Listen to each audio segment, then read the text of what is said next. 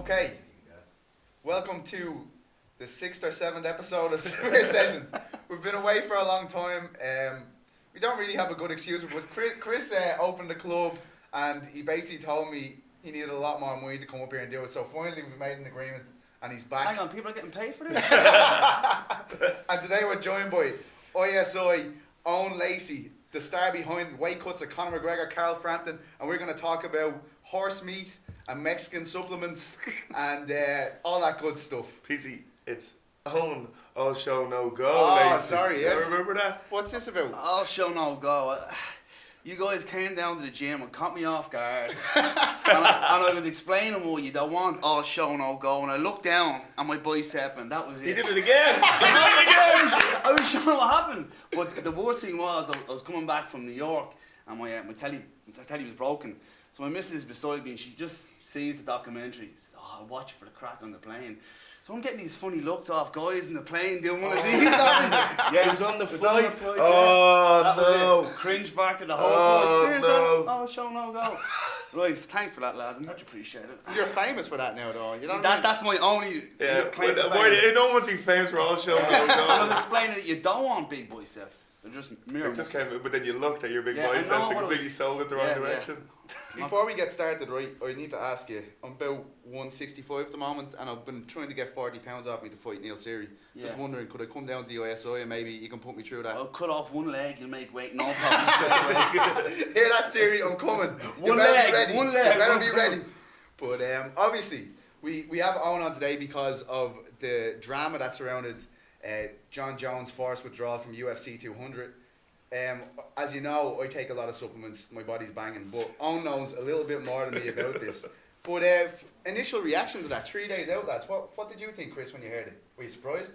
I'm never surprised when lads get caught for drugs anymore. Ever since Anderson Silva, that never Crushed happened. his little heart. That never happened. That never happened. And it still never happened. He was taking, what was he taking? broken leg supplements. He was taking something. Broken leg. He was taking something to get a horn or something, wasn't he? That's What he supposed to said. be, It was like. very embarrassing. He was in front of the Nevada State Leg Commission saying, "Listen, me banger isn't working. I took something off me mate in Thailand, and that's what happened." Would you go there? I'd just say I'm a cheat. So Listen, I can't man. believe him. I go, I cheated. Right I out of my cheated. mind. Yeah, right into death. Yeah, I'm never surprised anymore.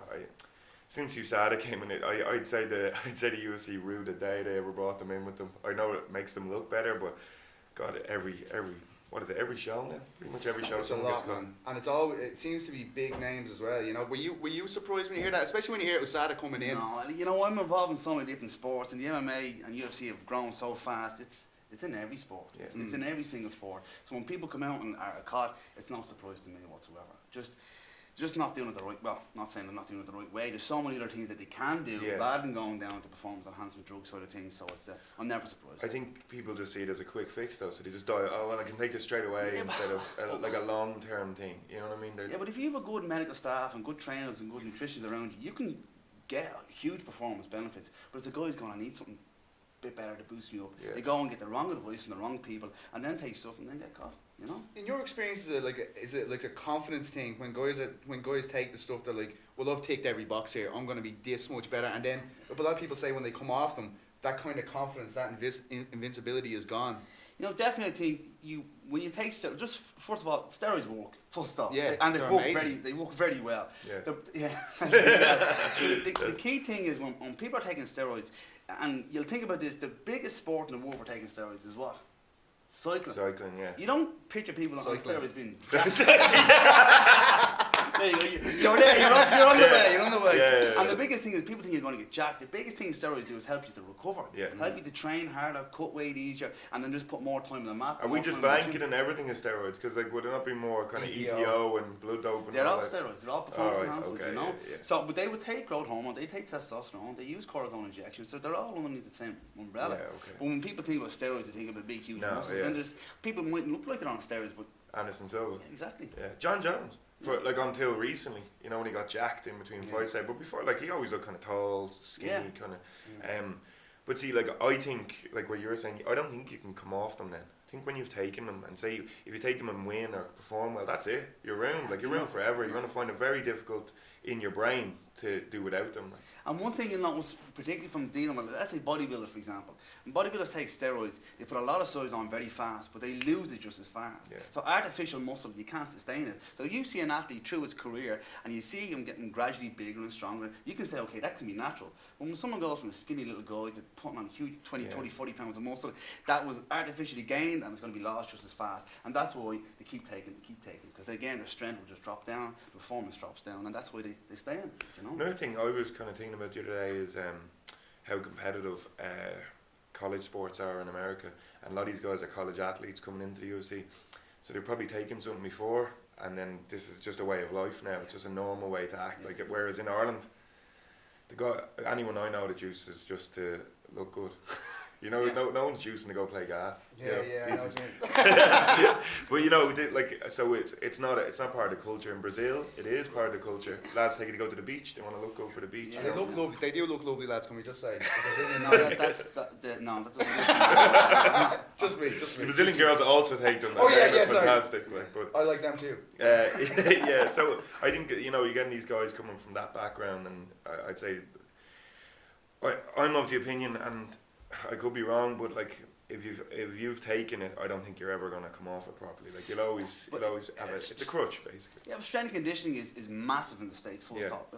For all different sports, and even their American football pitches are massive. Like 40,000 people at the college games, huge, you know. So again, there is a bit more of a push on steroids and supplementation at a younger age over there, and then it just rolls into professional sport, you know. What do you think of you know, UFC signed this deal with USADA to police the sport, and then all of a sudden Brock Lesnar comes along and he gets an exemption?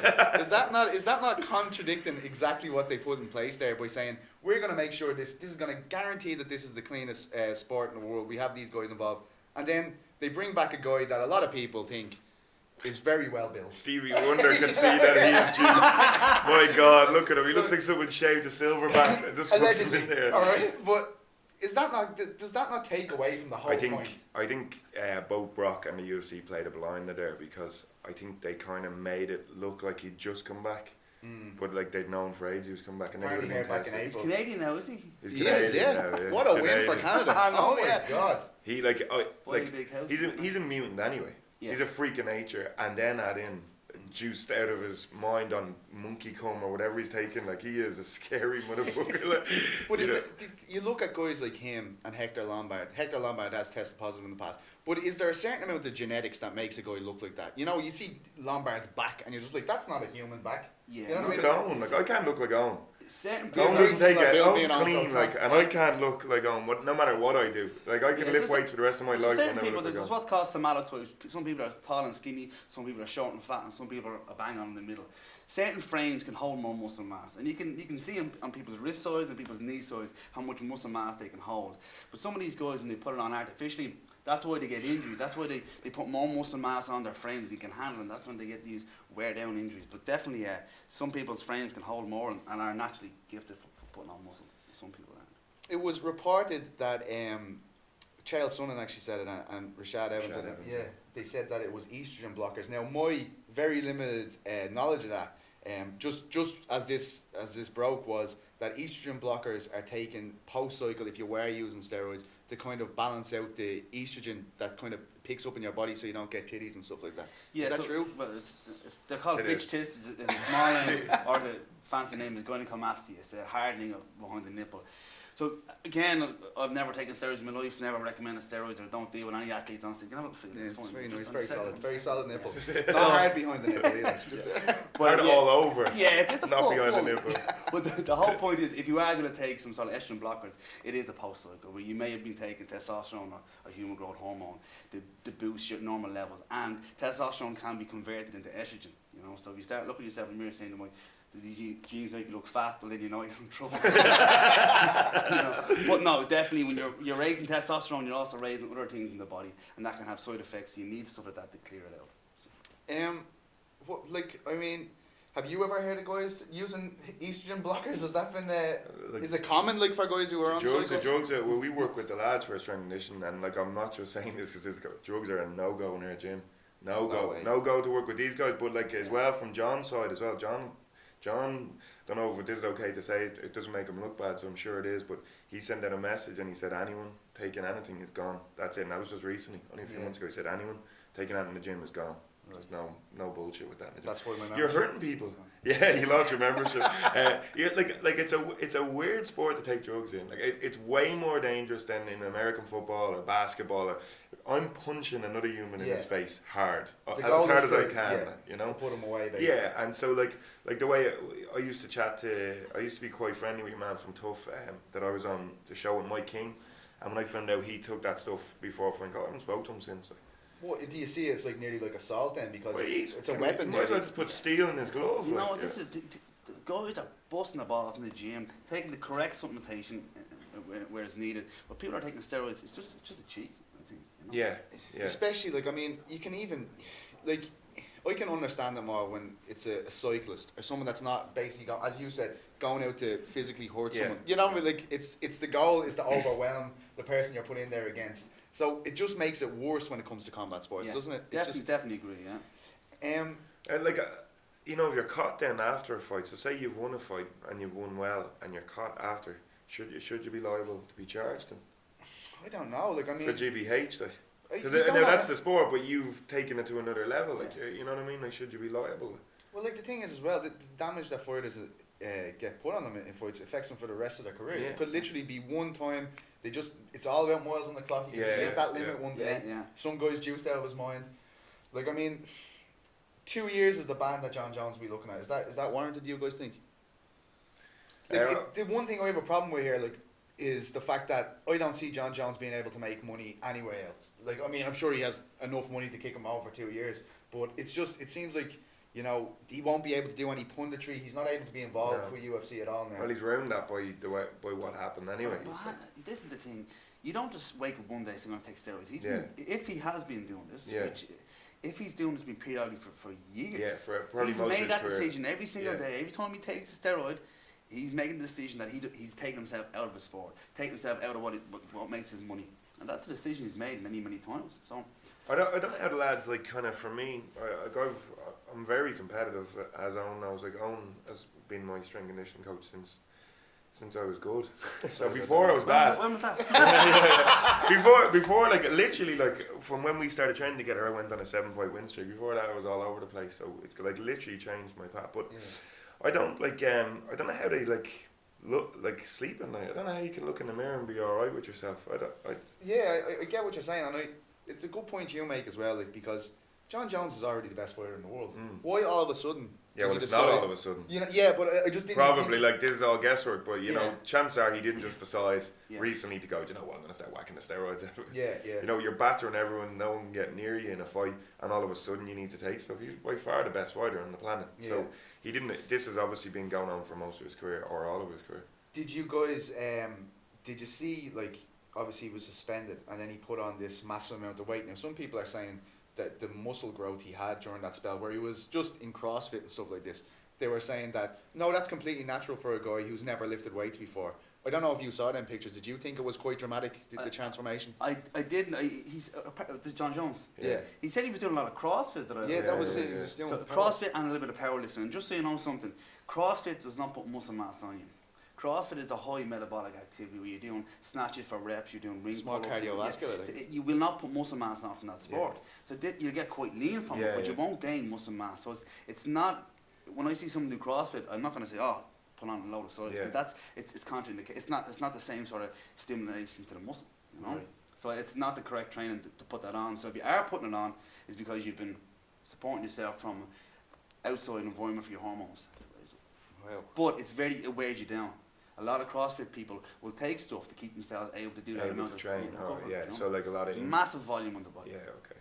And I heard somewhere that John Jones hid under the cage for 12 hours. What? When USADA came to test him. Yeah.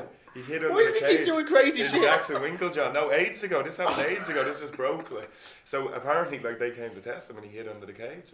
What? For 12 hours. And they wouldn't leave. Because they were like, he's coming back in an hour. And they were like, we'll wait for him. Like, John Jones does some crazy shit when he's put on the spot, doesn't he? He crashes into a pregnant woman, breaks her fucking arm, legs it, runs back to grab his bag of weed, legs it again. Yeah.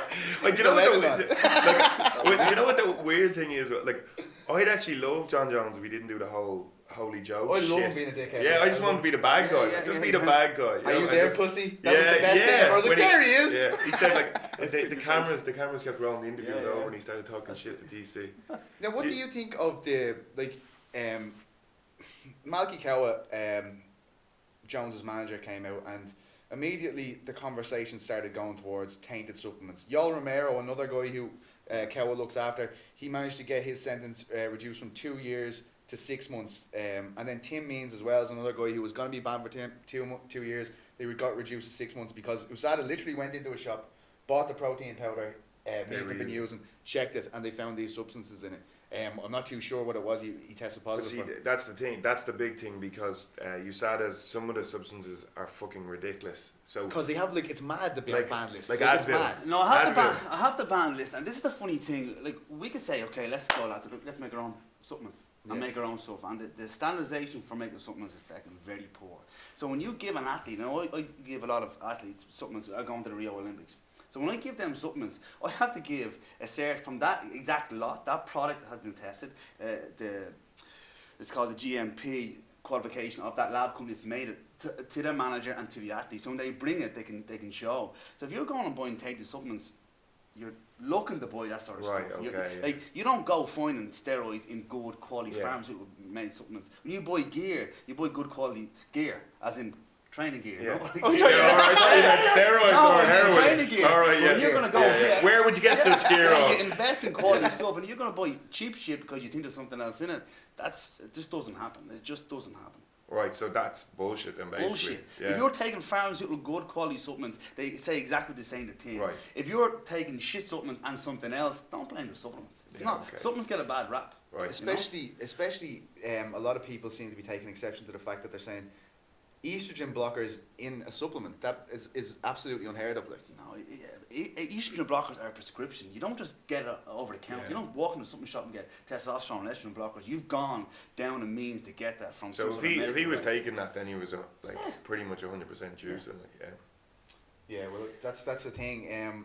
I mean, it's a massive loss to the sport. 2 years, but I can see this happening again and again. Like 3 days out from an event, what happened is they say USADA don't actually know who's testing. Right. So it comes through to the office and they just go blank thing. He failed, he'll fail. Okay. So they have no idea. To them, a lot of people were thinking Jeff Nowitzki, obviously the guy who got Lance Armstrong put away in the end. Everyone thought he was using this to try and get his name out there. Like, I'm gonna pull it 3 days before. Yeah, but, and it'll be and the Lance biggest Armstrong fight, said as well. Yeah. That's definitely Nowitzki, but it seems to be with a situation like that. I mean, you can only imagine that this is gonna maybe happen again. And it could be another big name like that goes missing. Surely UFC. Where it's nearly guaranteed it's going to be a big name because the guys lower down the card getting paid 8 and 8 can't afford to take the shit. Yeah. So you're pretty much guaranteed it's a name, To do it properly, if you want to have a full medical team, it's expensive. Sylvester Stallone. Juiced out, I think Gill's juiced it. He got stopped in Australia. But that's okay because he's an actor. Yeah. And he doesn't give a shit, but he is juiced out of his mind. I'd say he goes to his doctor once every 2 days to get everything tested. He looks younger than me. Yeah, he does. He looks fucking bananas. He looks ripped out of his mind. Expendables, everyone in the whole show. Yeah, man. There was a lad just injecting them out the back. That was his job. And cut. Yeah. All of them. Everything. Out of their minds. Like the juicables, it should have been called. Everyone's sitting like this. Wonder if Johnny Jones will get a shout now. Johnny Jones that's what he should do. We're basically witnessing similar to in our sport. It's Muhammad Ali. It's the same thing again. That a guy in his prime, the best fighter in the world, is going to be missing for the prime of his career. A guy say he's a cheat, but that's the truth. I don't know. I could be wrong in this. Maybe I'm bitter or something. But I think if you take a lot of people in those top 10s, they're all doing the same shit. I don't think it's just him. Well, I think if they were, we're going to start seeing the fallout from it. Yeah, you know what I mean. Hopefully that the sport will get cleaned up. But I mean, as a strength conditioning coach, a nutritionist, how much does this kind of affect Jones's stock for you? Just as an athlete, you deal with so many athletes from so many different fields. What does that do to you when you hear a guy like that? You know what? And this is I was saying to you before we started. I'm looking after the Azerbaijan Olympic wrestling team. right? And because That's unbelievable. That is by the way. That is crazy. actually fucking. But that just says That's some serious training, like Yeah. that's some serious. that's a testament to training, how good you guys are that the Oh, Azerbaijan team will. it's good that we It's brought because us of me, like they. Yeah, well, They that's heard how us works working with with me. Chris Fields. Yeah. Get his ass Like, over look me, at him! yeah. Look at the shape Yeah. he's in. Look at him. He's juiced out of his gills. He's getting away with it every week. And because obviously we can't use steroids, and that's not something we do, we have to look at better ways to improve performance. So we use what's called HRVs. You've seen these? The heart rate monitors, is it? Yeah. Well, it's not only a heart rate monitor; it checks your what's called your readiness. So Dimitri Johnson is a big fan of it, like, you know. And what it is, it'll check your heart rate. So your heart beats. Let's say your heartbeat is 60 beats a minute. Yeah. So normally when your heart beats, it'll beat and it'll be a bit erratic. It'll go crazy, a few beats. So it's your 60 beats is your average over a minute. But this heart rate will test how well you recovered. So that's one thing we use on every single athlete, every single day to see how hard they can train or if they're overtrained. Right. Then we do a complete genetic test on them. So some people have genetics that makes them not, let's say, absorb certain foods. We test all their genetics. Then we use, we don't use a lot of IV vitamin therapy because it's banned. And the one thing about IV vitamin therapy, you can only take 50 mils. Which is nothing really. Which is it? nothing, but you can get a lot of vitamins and minerals into people like In that. 50 minutes. Yeah, so you can bypass the digestive system. So there's a lot of really scientific things you can do to enhance performance, not just go, I'm just going to take some juice, you know? So these guys aren't devoting the time to the recovery, to the training, you know? So. Yeah, they're taking the easy road, Yeah. basically. Like. And they're saying you can even boost your testosterone rates with just through diet now, can't you? I mean, Of course you can, yeah. so it's So we do a thing in the gym now. It's been designed by a few guys. Actually, one of the doctors that used to look after the WWF, when it was WWF. they're all There's no juice in that, like. But this No is the juice in thing. that. He was like, I administer these tests. We test for steroid A, B, and C. But the lads are on DEF. Yeah, you yeah, know? yeah. And then when they change the DEF, they're on to Yeah, we go back to ABC again. Like back again. But there's a lot of natural things you can do to boost your testosterone and growth hormone. When you train a lot, it gets lower down. But there's a lot of things you can do from a blood chemistry point of view, iron levels, B vitamins and all. But people aren't even looking at that. Yeah, You know, why not yeah. look at what you can actually enhance naturally before you start going off the other way? yeah. I'd say they I'd say they hear the stories. I'd say they, It's you know, quick, they, it's they quick, see, it's yeah, easy. it's Everyone's easy, doing it, yeah, like, you know, yeah. it's not hard work. So like I mean, is this before Jones and Cormier fought the first time? The estrogen levels, right? So before Jones and Cormier fought the first time, you hear about like they test for low rates of testosterone and high rates of estrogen. Yeah.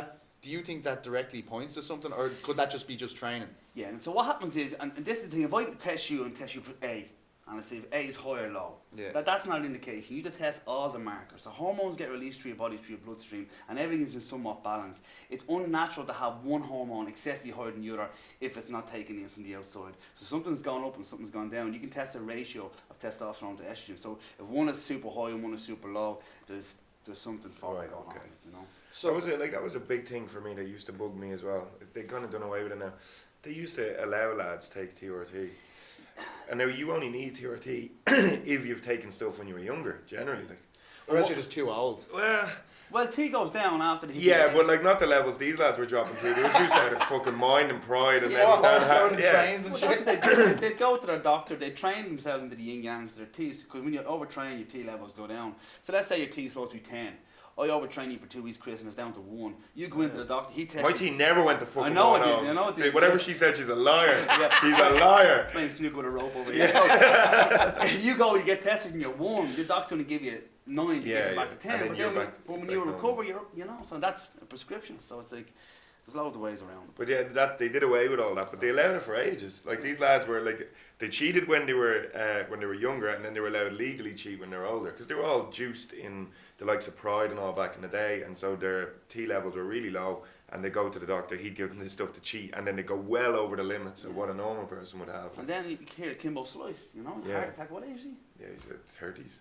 He wasn't. Was No, he? he's 40. No, was he? Yeah, he was- 38. 48, was he not? I No, think he old as wasn't, shit, no. no? I don't know, Again, but so not, again- not that old, not Yeah. old. Yeah, enough not to have old a enough to have a heart attack and die, like, you know. 42. 42. Yeah. It's, I don't know, right? The thing is, back in the day, everybody, like Pride days, right? Everybody says, all these guys are on this, all these guys are on this. Then the Vanderlei Silva thing really kind of opened people's eyes to how serious stuff was, because he received a lifetime ban, first of all, Yeah. and he actually wasn't tested. A guy came in, He didn't got have an screwed, ID, yeah, he got screwed. and he just said, I'm not doing this. And your man was like, well, I'm here to test you. And he said, you don't have an ID. He ran out of the gym, Right. which is a very common reaction. Well, like Hit him apparently with he didn't. He left to go to a press conference. Oh, so the guy right, so that's- arrived, said, "I want you to piss in this," and he said, "and take your blood," and he said, "No." Who are you? Who are you? And he said, "I don't have to show you ID," which is fucking bananas. They Yeah. don't in America, which is just bananas. And then he said, "Let me ring my attorney. I want my attorney to," because he was giving him stuff to read. He can't Right. speak English, so he's like, "I'm not signing this. I'm not gonna." And then he's like, "Yeah, I have to go to the press conference. See you later." And then they banned him for life. Like, I mean, is He was juiced out of his fucking Yeah, but you mind. still- Like there was yeah. But you still need to do the testing, have the Allegedly. report. allegedly juiced out of his mind. Like, but thanks for the save. Won't get sued by Vondelay knocking on my door. Why you say I was juiced? They just swinging hooks at me. Yeah. But Is that too much though? Is it, or is this, in your opinion, is that what should be done? Like is a lifetime ban or 2 years as they put it now? What do you think is better there? Do they have to find a balance still with that, or do you think 2 years is enough for a guy who's cheated and possibly damage someone due to the amount? I think the first time should be 2 years. I think they should all be banned for life. But then if there's a mistake or that kind of, so like 2 years should be the first ban. Then if you're caught again, you should be. You're out, yeah. Yeah, you should be out. Yeah, maybe so. But it's kind of, it gets difficult when people have a different opinion of different things you can test positive for, like, because everyone's saying, 2 year ban, that's fine if he cheated, if he, these estrogen blockers mean this. But then Nick Diaz gets, you know what I mean, the same thing. Like, is it an overhaul they need to do now at this stage, or? I think they should have looked Well, at they testing hired before. the levels, didn't they? They hired the levels of how much marijuana metabolic. Yeah, because I think it was just a Metabolic. very slight amount you needed to have in your Yeah, system. now they trace. hired it so you'd have to be literally smoking weed as you're right before the test for you to test Okay. positive, like, and he still tested positive. Do you see it? I don't know if you know much about it, but do you see it as a performance enhancer? It's not a performance. No. Would you stop? Yeah. For the munchies, maybe? No, it's... I know a lot of guys that smoke and roll. Smoke Yeah, and roll yeah, seems to be a big thing. Like, Listen the to too much jiu-jitsu fucking guys, Joe Rogan. yeah, they smoke weed and then roll. I don't know fucking how they do Yeah, that. I know lads who do as well. I'm terrified, man, as it is. Don't fucking send me in there. yeah. But it's interesting. But another thing, obviously you've told us here that you go through kind of a protocol if you are putting an athlete on a protein, a supplement. Mike Dolce said on the MMA out there on Monday, he's saying, I'm putting a contract in place for whereby if a person does test positive, they'll be kind of reprimanded. There'll probably some money won't. The ball shouldn't really stop with you guys, though, should it? It's kind of impossible to make the ball stop with you guys when the athlete is the guy who's going to put this, the guy or girl who's going to put this into their body. I think the athlete needs to have quality people around them, and then it's a full team effort. So in Azerbaijan, we've got a doctor, a nutritionist, me, we've got a strength and conditioning coach, and then we have a performance director. So everything that each athlete takes, we all know about. So it's not him going off doing one or two different things on his own. It's not. So the fault lies with the whole team. Like Sharapova came out and she was tested positive for fucking stuff. She apparently, which is heart medication, which was on the ban list for years. She didn't know about it. She had a bad team around her that allowed her to take something that was off the list. So I think it's not only in the athlete, but the athletes who they surround themselves with. They all know what's going on, and they don't. It's not as professional as it could be within the network. But there's some really aspirin. I think aspirin is on the ban list. Coffee. If you drink too much coffee. Yeah, well, you literally have to be drinking. I like my coffee, man. Yeah, but as they're taking the piss, you'd have to be drinking that. But too much aspirin or things like this are banned. Like that's a strange one. Yeah, so it's diuretic. It helps you piss out more. So Right. So it's a stimulant as well. So again, I think the list is ridiculous. Is it exhaustive? Is it way too exhaustive? It is, and some of the stuff that's going to be added onto it. So I got a report, just leading up to Rio. The stuff that's going to be added on next year is even bigger. So he just says, "It's leading up to Rio." Yourself. I saw him the other day. He said, going? "He's there. I don't know. I'm going to go for Rio. I might be going to Rio." Oh, fuck.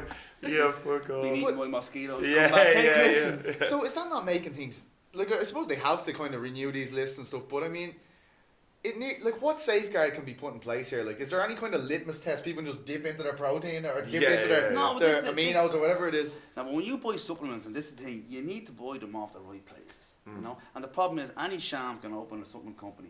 Don't buy off sham. Did you see the Joe Rogan podcast?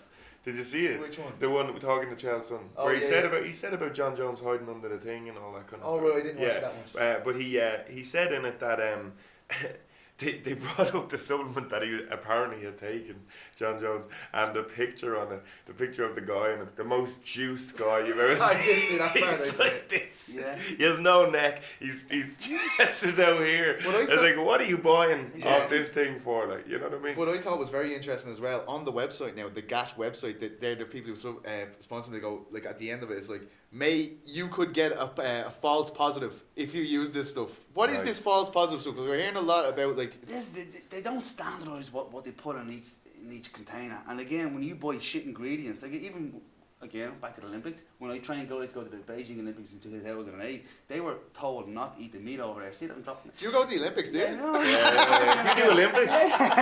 But they were told they couldn't eat the meat over there because it was so full of steroids. I heard this. Yeah, Russia's the same apparently. Like, So, That's what fucking Frank Mir thinks happened. He thinks he had kangaroo meat because he doesn't use Oh, supplements. yeah, He was heard like, I that, don't. kangaroo. I eat kangaroo meat. There's no testosterone in that. Would you stop? The Aussie barbecue, good stuff. yeah. Maybe a sponsor there. Maybe a sponsor. Maybe a Come on, give the sponsor. shout, lads, Go please. on, yeah. I'm hungry. Yeah, bring me. So, yeah. They are fairly jacked, though, the kangaroos. They are They're jacked. hopping But around the place. Small arms though. yeah, small arms. Like, they're like a is that T-Rex ridiculous to rattler. you to hear the meat? No. When your heavy processed foods do contain antibiotics and some form of steroids, so it can possibly show, but not on a huge level. You know? Well, lads be juicing cows then, just to get more meat. But they out. do in Yeah. America, don't they? They They do, corn yeah. syrup and shit, they get them Yeah. jacked up. But That's fucking bananas. Yeah. Antibiotics keep them well enough to put a load of weight on them. It's lovely.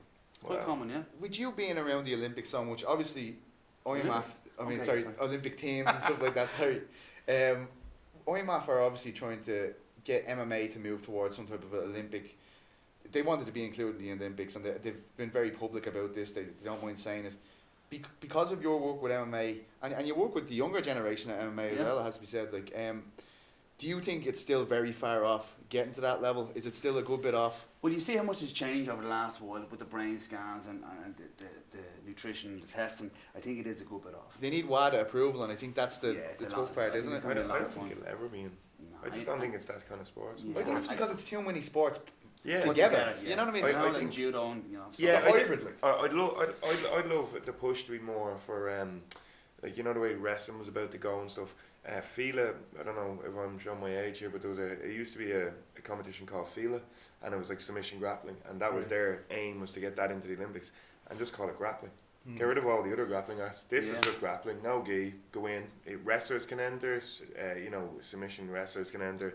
BJJ guys, judo guys, whatever. Yeah. You get big points for throws, and it'd be brilliant. Yeah, Yeah. very It'd be entertaining. amazing. It'd be amazing to watch. Yeah, it'd be amazing. Do you to think watch. that's probably more likely? to get I'd, that I'd, in? I'd rather the push go to that, because I just don't see MMA getting in. I don't. I'd like to, but I don't. I think they should concentrate on getting their systems and organisations set up Yeah. before trying to get into the Olympics. There's so much that needs to be improved. It does, because I mean, as people like I've said, MMA was built by the UFC basically. Yeah. Everyone else, it never had a local scene. Say like there was like football, there was always local football clubs Yeah. and stuff like this. They've all just been looking at the UFC And and trying trying to to, copy, you know, so yeah. the grassroots level of the sport is really still, it's not really been created yet. You know what I Yeah. mean? So that's, and I mean, I have to ask you now that you're here. Obviously some of the rules have been passed in Ireland. Some of them got a bit controversial. I don't really see the big deal in it, to be honest with you. No. But one of the things that's been brought in, and a lot of people kind of got behind it, was the day of weigh-ins. Like Yeah. instead of the night before, guys getting dehydrated. Do you see that as much healthier option for amateur fighters? Definitely, you know, these guys, the fight should be in the cage. It shouldn't be get into the cage with cutting weight, you know. So these guys are cutting. Some people can cut a huge amount of weight before they get in. Yeah. If you get into the cage, 50 and 20 pounds heavier than an opponent. Yeah. It's been done many times. So I definitely, I He didn't help me. I yeah. swear he didn't help me.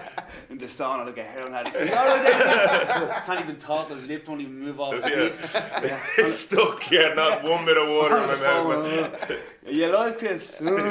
Two knocks, you're alive. But yeah, I think definitely for amateur fighters, the weigh-in on the day is much better. Like I can understand that at professional levels. Like you're trying to gain even the Yeah. slightest of advantage, and I understand why they do it. But I mean, is there a point where is there a number you can say is too much to be doing, or does it vary from body to body what people are capable? You know, of? this is the thing. Leaner athletes will drop weight much faster. So you have a bigger guy that has a lot more fat on him. It's going to be much harder for him to drop weight because fat cells don't dehydrate the same way as muscle cells. But definitely, you know, £10 maybe, 10 pounds the day the weigh in. You should be as close to your weight. I'm a guy that has cut massive weight. In my You've career. stopped now. You've Is that no, why? no. Was it Just because it's fucking horrible. Me Yeah. and Colin actually just talked about this last night. We were just chatting about it. I was just messaging him, and he was saying like that's one thing I'll never miss. Like just cutting weight. Same for him. Like he was just saying I'll never miss doing that again. what I used to see is the day of like Look Carl like as well. different You humans, and Carl yeah, just yeah. like literally just zoned out, Yeah, like, like- sucked in. I sent him the photo. The photo started circulating of Misha Tate before her last fight, and she was lying beside the bat on the ground.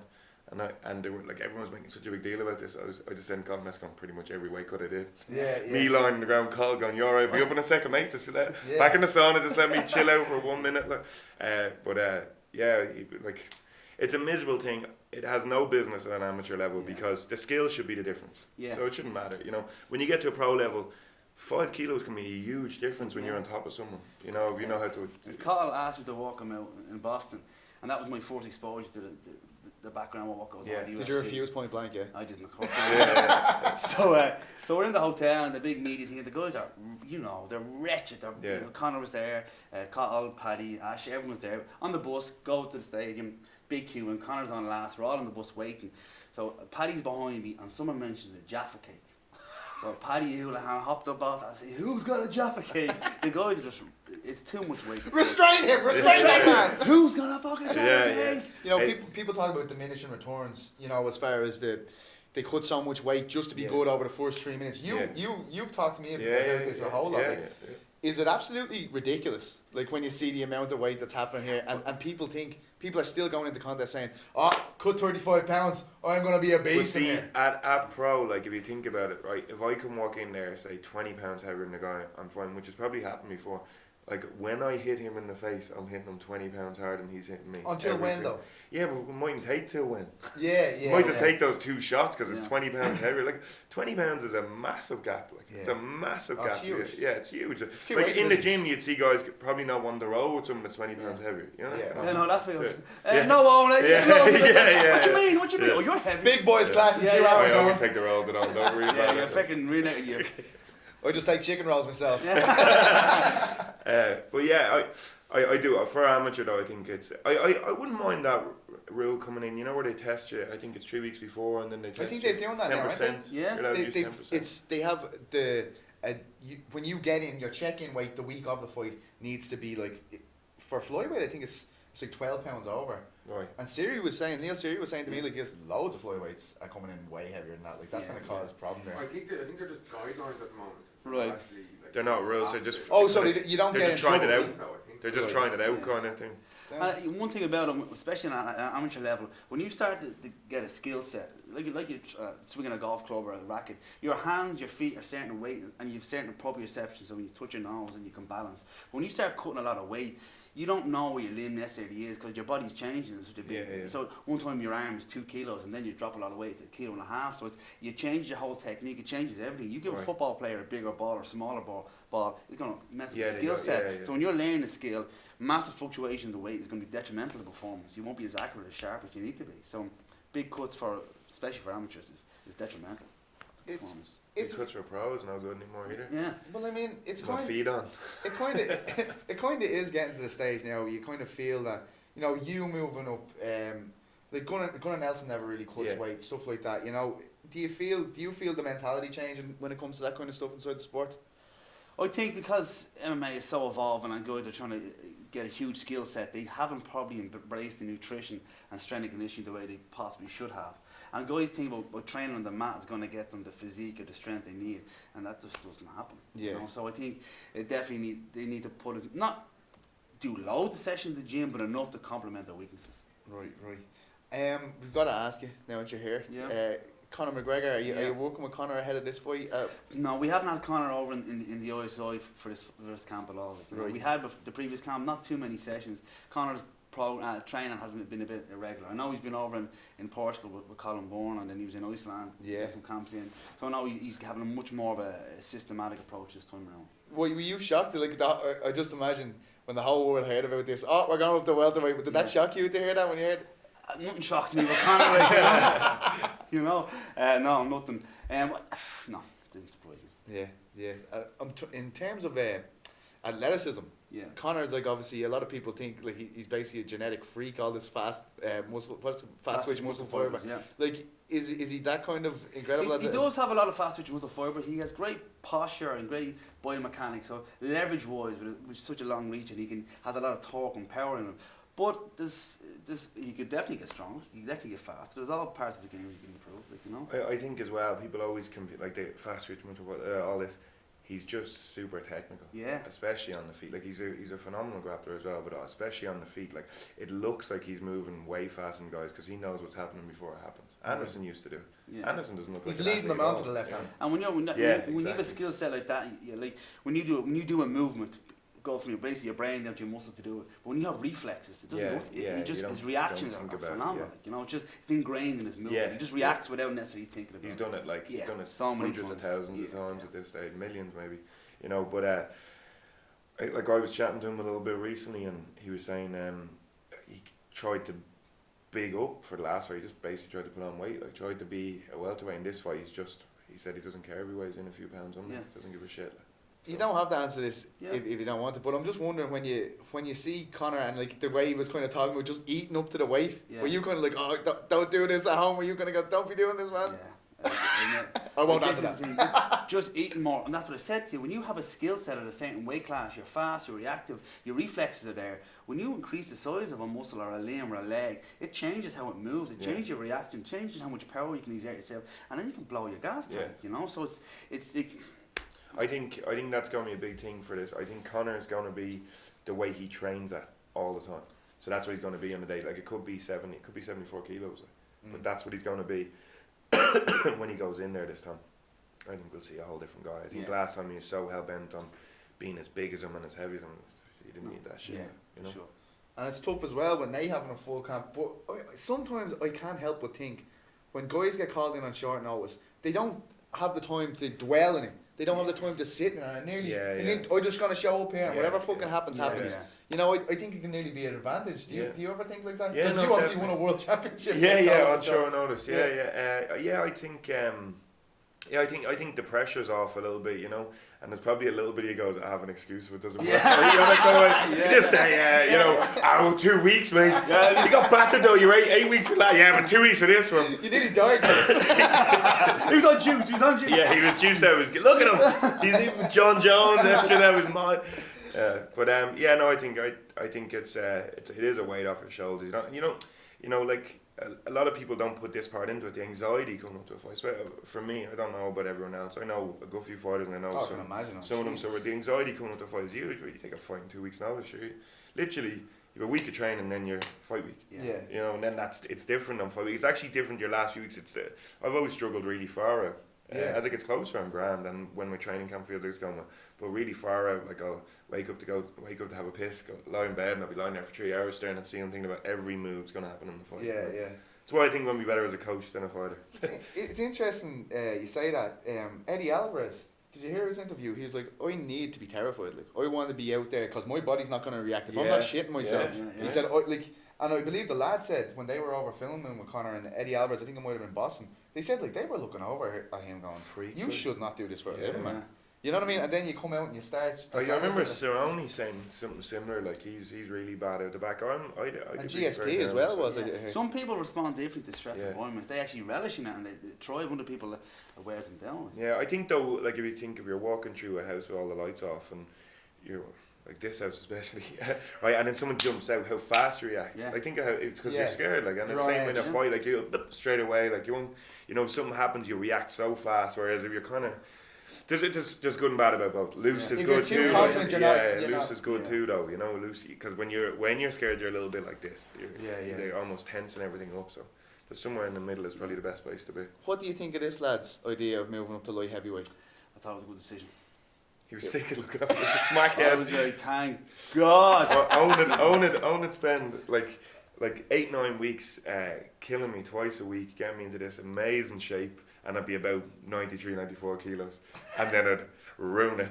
My stomach would be sucked in. I'd look like I'd be white pale. None of the sunbeds worked. You know what I mean? I'd be wretched. Like, so it had to happen. It was weird though. It was gradual for me, because even Owen working with me, like when I walked into the ISI, I think I was 90 kilos soaking wet. Like, you know, I was scrawny and never lifted weights before, and so I started putting on size while I was there, and the cuts just kept getting more and more and more. And I was trying to be more. Even the last few, I tried to be way more scientific. I was still killing myself to make weight, you know. So it did make a big difference when the guys started working with you. It was obvious, like, you know, from that was it. The performances. And even John Kavanagh says, like, that was a massive turning point. What's it been like for you to be involved so heavily in this kind of eruption of the sport, you know? It was a bit of a journey, to be honest with you. And I remember meeting John Kavanagh. What was that first impression when someone's bringing you into a cage and saying, see that lad there? Need a bit of bicep on that. He needs to be a bit less go and more show if he can organise that. The bigger mistake was that I met him in Temple Bar in McTurtles, and we were chatting away. No, Turk's Head. And then he came, John Kavanagh came, and I put him through a session in the gym. Battered him. I mean, I had to lift the bar off his back. He was dead. Come over to the gym, maybe Wednesday. And he choked. My neck was sore. It was 6 weeks. But that's the funny thing. When we started training the guys, we didn't necessarily train them for MMA. We trained them to what they needed the most. So if they need to be faster, stronger, quicker, drop some body fat. So you had a lot of work to do with Chris. A lot of work. Yeah. I'm the grafter of the group. I'm the longest arms. I'm the rabbit and the hare and the turtle. That's me. I'm the turtle. I'm the guy now that anyone goes down there, they get smashed trying to do strongman with me. Like. I haven't said that now. We were on a low carb diet for a while, so I'm in taking the body fats for it was Phil Peter. Taking Phil's body fat, and I hear this. You were talking to Rob the dog outside or whatever. And it's old school. Fucking carbs. It's not carbs. It is carbs. Ribena is carbs. Right? So you're not allowed Ribena. And I hate him fighting outside the room. And then he said, "Don't tell me popcorn." Yes, popcorn is carbs too. Fucking hell. I'm a working class boy. Yeah, what you got? That was it. Like, and I thought carbs was this new cool thing that you could get as well. Like, no, I didn't. I actually, honestly, didn't have a clue. Like, I just like fighting. I like training, and then we went down to lads, kind of completely different. Look at these bad boys now. I'll show you mine, lads. But you know, I've got you didn't Laura. My wife's way happier. She's very happy. Like, since I started training with the lads. Like, but something I've actually loved like doing as well. It's like even outside of camps, I go down and train doing strongman and stuff down there. Cause it's its own sport. You know what? And it's funny because we have these sleds. I'm sure you've seen them do strongman. And I know them well. I know you do. Yeah. 99% of the people hate them and die on them. I don't know what it is. You were born to push those. Them long legs. He just takes 2 strides and he's completely. The set's over. What do you call those dogs? Husky. Chris the Husky feels. That should be me. Yeah. He has said in it. He sits in it sometimes, and I have to bear crawl with boxing gloves on. Christ. Miserable. But so you're gonna work with the ISI now ahead of this fight? Yeah. So well, I think I actually messaged on because there was 1 or 2 fights where I didn't. I was like trying to just concentrate in the gym, and my performances were not good. So but I don't, for whatever reason, I don't know why. Like I think you might have been away a fair bit at the time, so you were just starting with these guys. And then like the last 2 I've been down there, and I feel great. Like so. And even mentally leading the camps, you can't break him. You literally can't break him. When he comes down the gym and he can push someone that hard and they know that they've got that capacity and strength, he goes into the cage feeling great, you know. He got me once. He Murray once. He broke. I wasn't going to mention that. That was only recent as well. Once. He kept pushing it, and then it's like I can't do it anymore. Did you try your rat? Well, like, I'm saying it like this. I can't do it anymore. I was actually on my hands and knees going. I actually can't do anymore. Like I can't. Couldn't take it anymore. I can't get up. Couldn't take it anymore. Never been that was a different occasion. Okay. He's a big man. Thanks very much. But so like I mean, obviously your last fight it was kind of fairly short where you decided I'm going to go up to light heavy here. Yeah. Do you feel a difference when you can kind of prepare a whole camp towards that light heavyweight? Do you think there'd be much of a physical difference there? I'm just going to do what I've always, like I was saying, I was always in my best shape at 93, 94 kilos. I'm just going to do what I always do and just be that, like just try and walk on the scales if possible. Maybe like a kilo of water or something, you know, but nothing crazy. I've seen the guys that like heavy, they're not that big. Most guys that like heavy are middleweights that don't want to do the cut. They're the same as me basically. Yeah. You know, there seems to be a gap. There's the middleweights that don't want to do the cut, and then there's the freaks that are heavyweights. And there doesn't seem to be an in between too much. I'd like to stand beside John. I stood beside Gustafsson. He's no difference to I me. wouldn't imagine, no. No, a little bit looser in the stomach, kind of, but so he didn't look that much smaller than Jones. Yeah, no, he isn't. No, that was the one thing when them two fight. It was like the first time they were like, "Well, how is Jones going to deal with a guy who has the same range?" Yeah, you yeah. know? So I'd like to stand beside John Jones, but it looks like it's not going to happen for 2 years. Don't touch him, man. Yeah, don't touch it. Could have Let's go. I got this good shit right here, John. Get a part of Carroll and an extra expendable. Just have Yeah, go with Yeah, the jeez. Expendables, the Yeah, Juiceables. Carl Barbie eyeing up Expendables. Get a bit of juice into him. We can't have two Randys on the same stage. Randys, like, Just the two switch Randy out. Junior, yeah. Switch Randy. We're out. actually going to have to gnarl up Cottle's ears, aren't we? We have to wreck his ears. Yeah. Take a fucking Because rock. he could play Randy. If they do his life story, Cottle should do it. Like. He's actually sure. Perfect. He's gorgeous. Sorry, did I say it? Carroll, Randy. Both. I like both of them. But when you obviously, I don't know if I said it earlier, but you're working with the younger generation, like Ryan Curtis. I was talking to him just a week ago. He's singing your good praise. Oh, he's brilliant. Yeah, he's great. And a guy who not a lot of people know about. You know what I mean? He's gonna because this It's kind of good though. I'm happy for him. Yeah. He's kind of gone under the radar, That's what he and then he'll wants. just come into his own. He said and he's happy enough. Yeah, He said, yeah, "I'll no, start talking I'm shit happy when for him. when these matchups with Demetrius Johnson are possibilities." He said, "There's no Yeah, point talking yeah, about it now," yeah. and I like that. But do you see a different mentality? Like, is there a lot more education for these younger guys than say these fucking idiots? We paved the way with our agents. These fucking agents, they paved the way. I'm a pioneer. Yeah. They made the mistakes. They learned from their mistakes. They've evolved. They've forged this path for Ryan and Dylan Chuk and all these guys to learn from it. So I think it's fantastic for them, you know. But Ryan Curtis, quality guy, puts his work in down the gym constantly. And again, sitting down with him talking about getting his blood test done to see where he's standing at, getting his genetics done, and we got him a heart rate monitor as well to check out what his recovery's like. But he's switched on. He's focused. He's ambitious. You know. Yeah. He used to bring us down and batter us. Oh, you get your blood test done now, dude. Like it was literally just a Catch this beating. angle. Oh, it was like literally Yes, look, till you couldn't walk anymore. Okay, look at you, gym owner. Oh yeah, the opening day, there's no one can move in stores because the queue's down the road. Actually, my son's going to his class. Him Yeah, and Tom. he's doing And great. that just so he came home. We went to the Wednesday night class. I said, "How'd it go?" Tom King, Chris Fields teaching a class of juniors. Unbelievable. Oh man, seriously. I've been down Seriously. myself. I took knee ride on Elliot about 4 times, but Did you? just as punishment. You Like, complete yeah. I was there all the things. I was there. This is how you do it correctly. Yeah. Tell your dad said hello. But maybe not do that. Tell your dad I said hello. We're still talking about knee and belly here, Chris. Yeah. Neon belly. We're not on neon belly. Like. Oh my These are God. kids' class. We're talking about that. Teens. But I mean, it's this is actually the first one we've done since. SBG sword. I have a T-shirt in my car I was going to wear, and then I was there. There was that. And then I saw this lad. What? I came directly from work. Mine is a bit more gaudy. It's like SBG swords across the whole front. So, You're loving it? It's going great. I love it. Yeah. The gym is lovely, man. I've been down there myself. It's really Yeah. good. Anyone in the area should go down and check it out. Because Chris is like decent. That's why. I'm alright at that fighting thing. And like Tom's phenomenal. yeah. But we have I have a fight team together already. Guys fighting MMA on August 20th. And an amateur. Is that the first? Is they the first guys who are in Derby? No, I've been there a few times this stage. Yeah. But like, But this is I the will first be my crop? guys that I've created. Yeah, I will be. I'd say on the day, and we have a group of lads going into that NAGA coming up. We've already won a good few medals already in grappling comps. So. I saw that your first competition. A week you after. made it rain. Like Yeah, a week after we opened. Like, Did you start doing with some supplements or something for that? Special. yeah, special stuff. Horse cum. Get it into you, boys. Yeah. Go. But it's I love it. Yeah, it's great, and it's doing really well, and it's packed, and there's some really good guys coming through. It's kind of scary because even the mistakes John would have had to make for me to know what to be teaching now, you know, that kind of way. Yeah. Like, so it's good. Like the same as what Owen's saying. Like, you know, when we first started, I felt like for the first 3 months we trained, you literally just tried to figure out what we like you were saying. We did, and that's Breaking the us thing. in certain areas. Yeah, and that's not all show, no go. The point is, when you train an athlete in the gym, you're not trying to be good in the gym, you're trying to be good at the sport. Yeah. So a lot of people go in and say, oh, I want bigger biceps or bench press. Who gives a fuck what you can bench Yeah, press? yeah, You know, it makes yeah, no correlation. yeah. That's why we do a lot of chin-ups and dips and stuff that's relative to what you do. your own That's body why weight. yeah, strongman stuff is, you know. Do you still think an approach?